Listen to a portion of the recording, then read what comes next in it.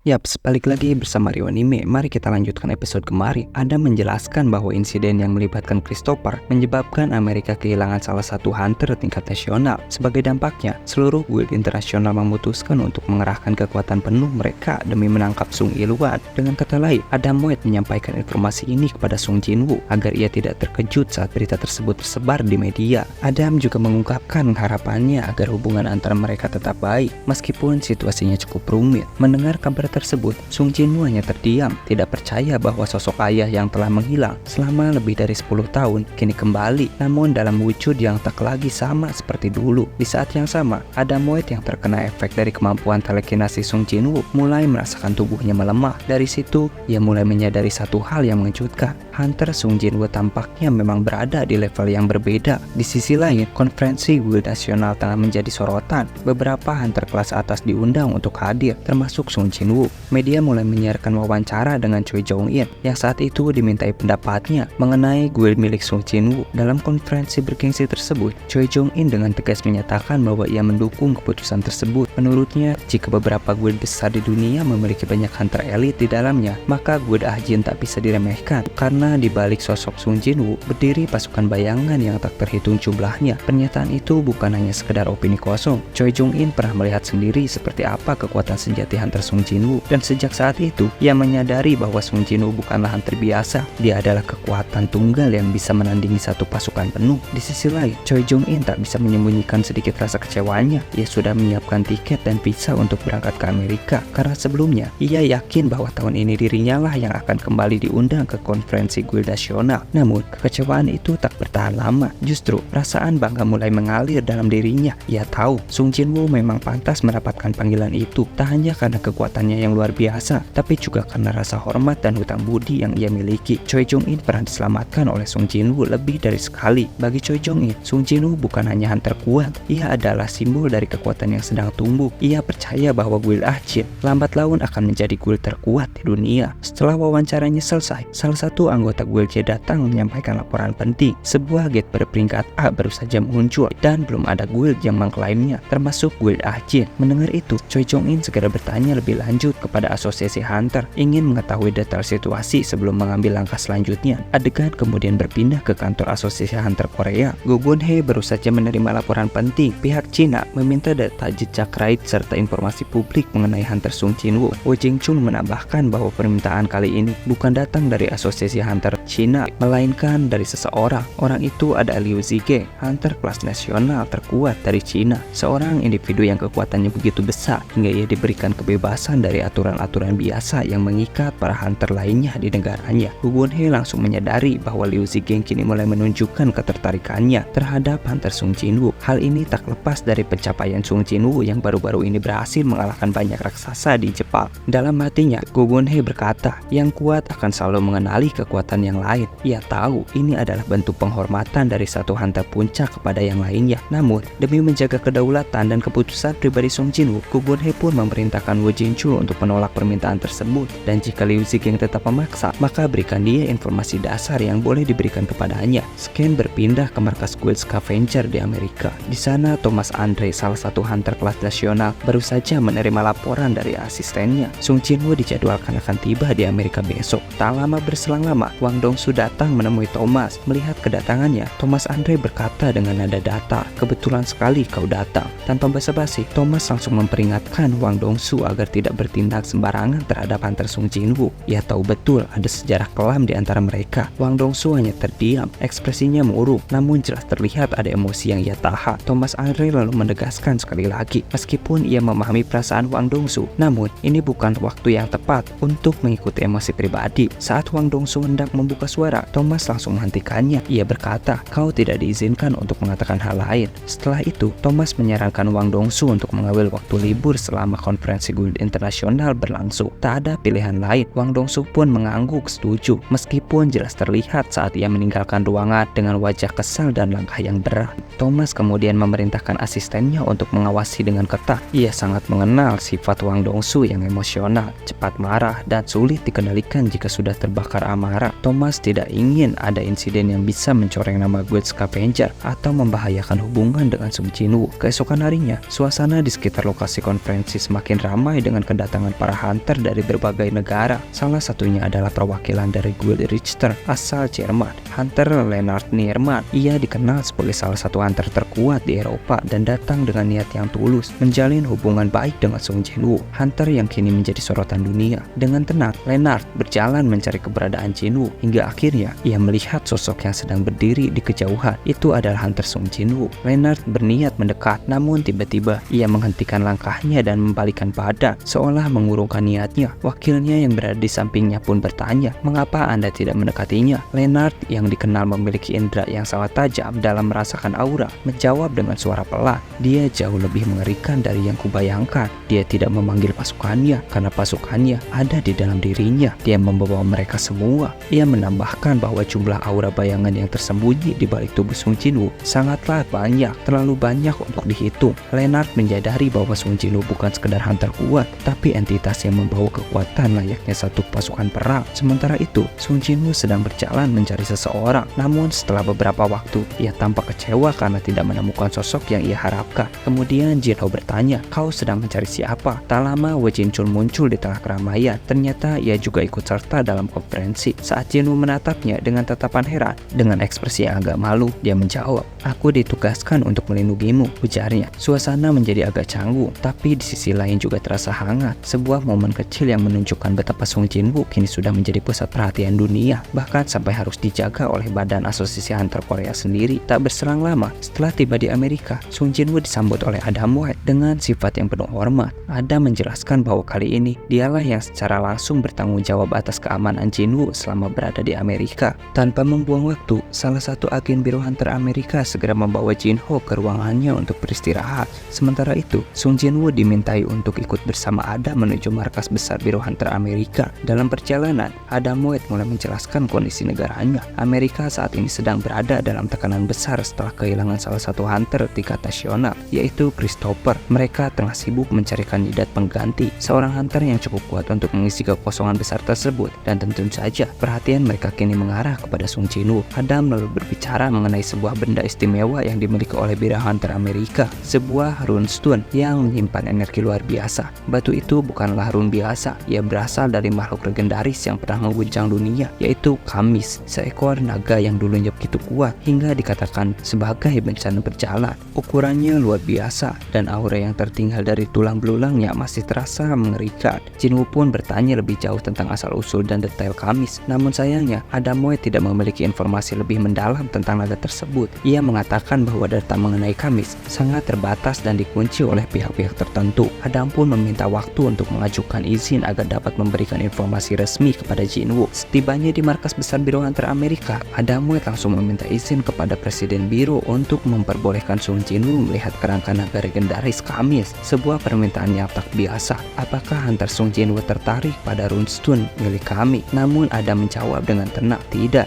dia sama sekali tidak menyebutkan soal runestone. Dia hanya ingin melihat langsung kerangka dari Kamis." Sang presiden pun meminta waktu untuk berdiskusi terlebih dahulu dengan direktur biro. Saat keduanya bertemu, presiden bertanya, "Menurutmu sebenarnya apa yang dicari oleh hunter kelas atas nasional seperti Sung Jinwoo dan apa tujuannya?" Sang direktur mencoba memberikan perspektif yang berbeda. Ia berkata, "Mungkin saja dia hanya ingin melihatnya secara langsung, karena bisa jadi melihat kerangka dari makhluk terkuat Kamis merupakan pengalaman berharga, kenangan yang lebih bermakna dibandingkan membeli skill dari runestone." Wajah presiden berubah serius. Ia mulai menghubungkan satu fakta penting, kekuatan unik milik Sung Jinwoo, kemampuan untuk membangkitkan makhluk yang telah mati, sebuah kemampuan langka yang membuat Sung Jinwoo bisa membentuk pasukan para monster yang pernah ia kalahkan. Lalu sebuah pikiran terlintas di benak sang presiden, jangan-jangan dia berniat membangkitkan Kamis. Bayangan akan seekor naga terkuat Kamis yang berada di bawah kendali Sung Jinwoo benar-benar membuat situasi terasa mengerikan. Jika itu terjadi, bukan tidak mungkin Jinwoo akan menjadi hunter terkuat di dunia, bahkan jauh melebihi standar yang bisa dipahami saat ini. Dengan tegas, sang presiden menolak ide itu. Namun sang direktur kembali mengingatkan bahwa menolak permintaan Sung Jinwoo akan merusak hubungan diplomatik antara Amerika dan Korea Selatan. Apalagi reputasi Sung Jinwoo kini sudah bukan sekedar pahlawan, melainkan simbol kekuatan baru yang diperhitungkan di tingkat global. Akhirnya, sang presiden pun mengambil keputusan. Ia sendiri yang akan menampingi hunter Sung Jinwoo untuk melihat kerangka Kamis. Ini bukan sekedar kunjungan pertemuan biasa.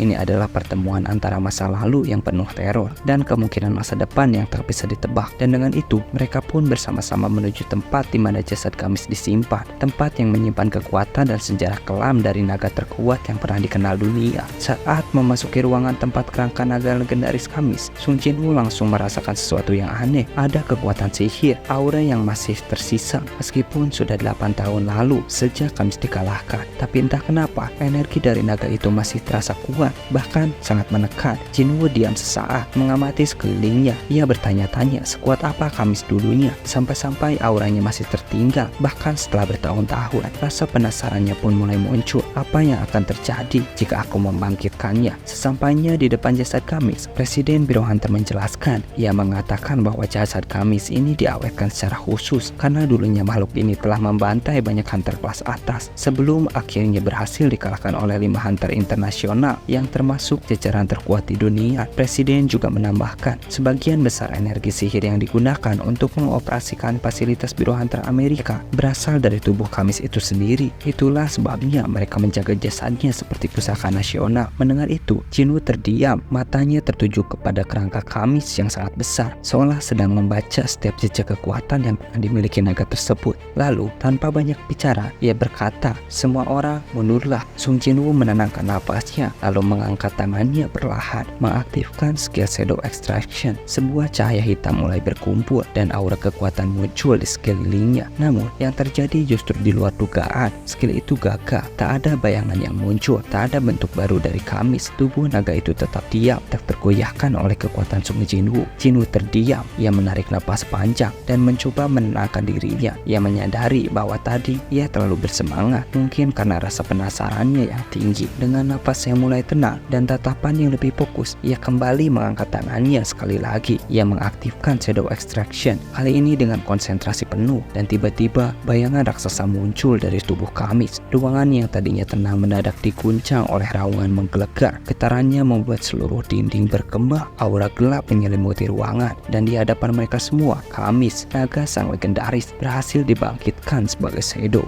Dengan tubuh besar yang kini berlapis energi kegelapan, Kamis menatap langsung ke arah Sung Jinwoo. Suaranya sangat dalam dan berat. "Apakah kau yang membangkitkanku, Shadow Monarch?" Sung Jinwoo tak menjawab, ia hanya berdiri diam, menatap lurus ke arah Kamis. Namun sebelum momen itu sempat menjadi tenang, Kamis tiba-tiba menggeram keras dan mengalihkan pandangannya kepada manusia yang berdiri di belakang Sung Jinwoo. Matanya menyala, aura buasnya bangkit. Dalam hitungan detik, Kamis mengangkat tubuhnya yang besar, memecahkan kaca pelindung yang sudah diperkuat dengan sihir dari para hunter tingkat tinggi. Ruangan itu berguncang keras. Kamis membuka mulutnya lebar-lebar, mengumpulkan energi di dalamnya. Ia bersiap untuk menyerang. Semua orang panik, Presiden Biro, Adam Boyd, bahkan para agen lainnya. Mereka hanya bisa terpaku ketakutan. Namun tepat sebelum energi itu dilepaskan, Sung Jinwoo mengatakan, "Cukup." Sebuah suara tegas terdengar. Kamis berhenti. Aura gelap yang mengumpul di mulutnya perlahan menghilang. Ia menatap kembali ke arah Sung Jinwoo, dan dalam sekejap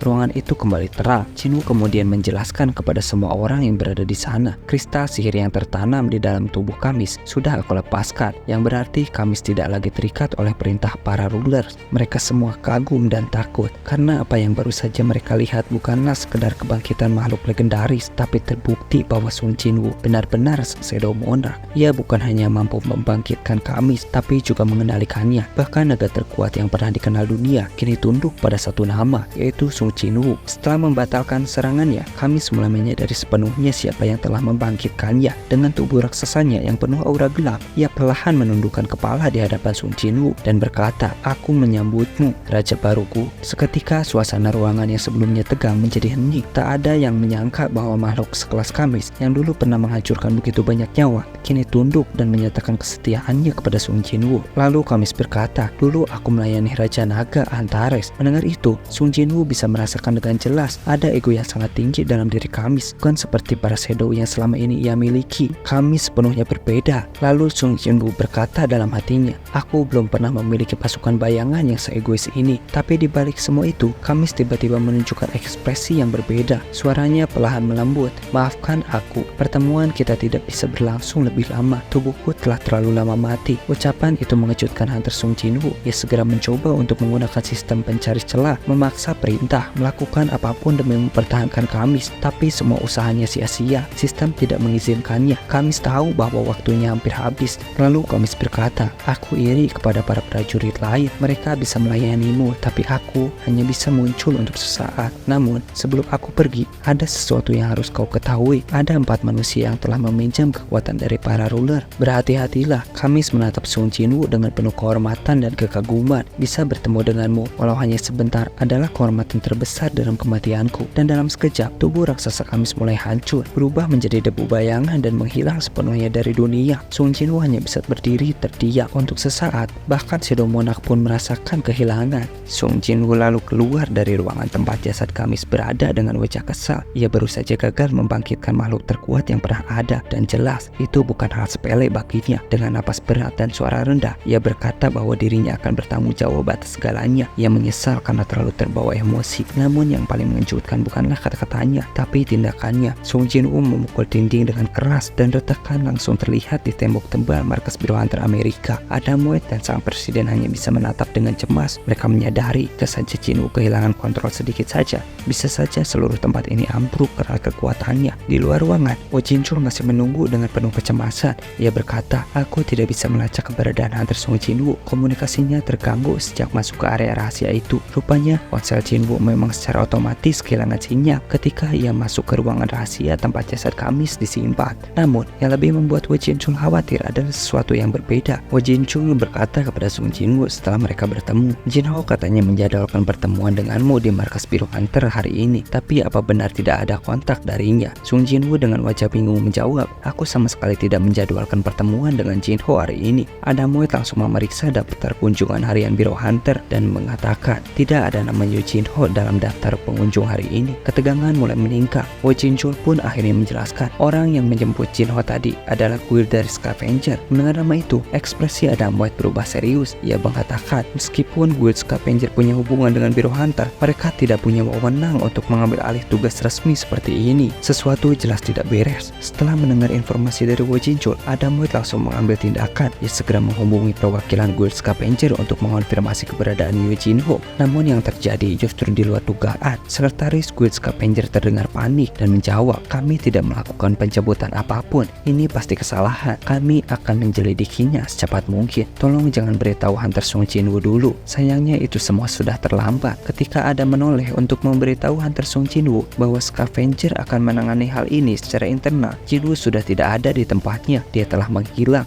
Adam West langsung tahu ini bukan kabar baik. Di sisi lain, Sung Jin-woo kini bergerak cepat. Perasaannya mulai dihantui rasa bersalah. Dia mengatakan, "Kenapa aku tidak menempatkan bayangan untuk menjaga Jin-ho? Kenapa aku lengah?" Bayangan tentang apa yang terjadi pada adiknya dulu, Jin-ah, kembali membayangi pikirannya. Ia tak ingin kehilangan satu lagi orang terdekatnya. Dengan satu isyarat tangan, pasukan bayangan miliknya tersebar ke seluruh penjuru kota, memburu keberadaan Yu Jin-ho dengan kecepatan tak tertandingi. Sementara itu, di markas Guild Scavenger, Thomas Ande terlihat murka. Dengan amarah yang jelas terlihat dari wajahnya, ia memerintahkan bawahannya, "Cari Wang Dongsu sekarang juga. Temukan dia sebelum Sung Jin-woo melakukannya." Situasi semakin memanas. Dua ketakutan besar kini tengah bergerak, bukan untuk bertempur satu sama lain, tapi untuk mencari orang yang sama. Satu karena rasa bersalah, satu lagi karena tahu bahaya besar akan datang jika Sung Jin-woo lebih dulu menemukannya. Di sisi lain, terlihat kondisi Yu Jin-ho yang semakin memburuk. Tubuhnya lemas tak berdaya di hadapan Wang Dongsu yang penuh dengan dendam. Napas Jin-ho mulai terputus-putus. Ia terluka parah. Sementara itu, dari puncak gedung tertinggi di Amerika Serikat, Sung Jin-woo berdiri diam dengan tatapan tajam ke arah kota yang terbentang luas di bawahnya. Ia menutup matanya dan menggunakan pendengaran bayangan miliknya. Namun tak ada satupun petunjuk, tak ada jejak suara, tak ada bayangan yang merespon panggilannya. Kota itu seolah-olah menelan Yu Jin-ho tanpa jejak.